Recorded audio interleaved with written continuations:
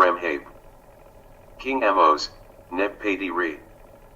Reigned from 1570 to 1546.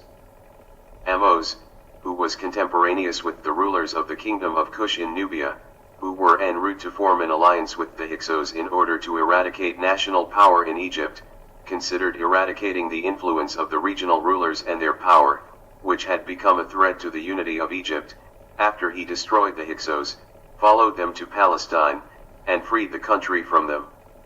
For this reason, Ahmose led an army to the south to crush the rebels in Nubia, and the country returned to Egypt bearing gold mines and diorite quarries as symbols of its wealth. In addition, he reconstructed the forts there, highlighting the Buin fort at the Second Cataract in particular. Ahmose was able to bring peace and stability back there as a result. During his reign, the title Viceroy of Kush appeared for the first time in the history of ancient Egypt. Later, it evolved into Son of the King in Kush, a position King Ahmose had created so he would have a representative there in charge of looking after this region, protecting it, and keeping the king informed of all important events occurring there. Since Ahmose imposed his will on the military apparatus and pushed people to enlist, the populace adored it and even saw opportunities for development based on merit rather than bloodline. Ahmose thus established the framework for the first organized Egyptian army to be constituted.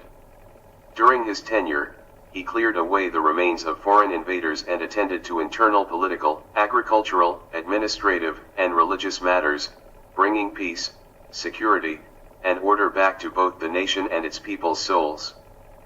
The king's mother and wife, who fulfilled a holy religious duty in the temple, were bestowed with the title, for the first time, God's wife of Amun during Ahmose's reign, which was motivated by his interest in the lawful succession of the royal family.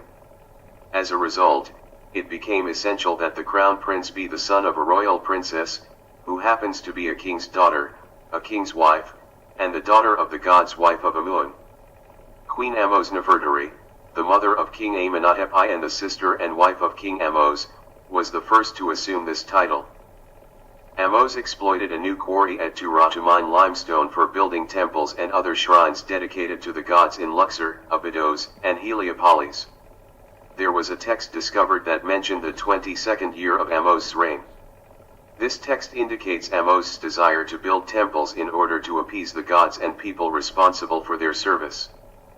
Although Ahmose's tomb has not yet been located, the general consensus is that he dug it close to his forebears, the 17th dynasty kings, in the Dra Abu el-Naga region of the Thebes western mainland. Even after he passed away, his memory was clear. Instead, he was worshipped by the Egyptians, who placed a high value on it in Abydos. Before we leave the reign of King Ahmose, we should honor three of this family's women who were instrumental in the liberation struggles and creating a resistance mentality in the Egyptian populace. They are as follows.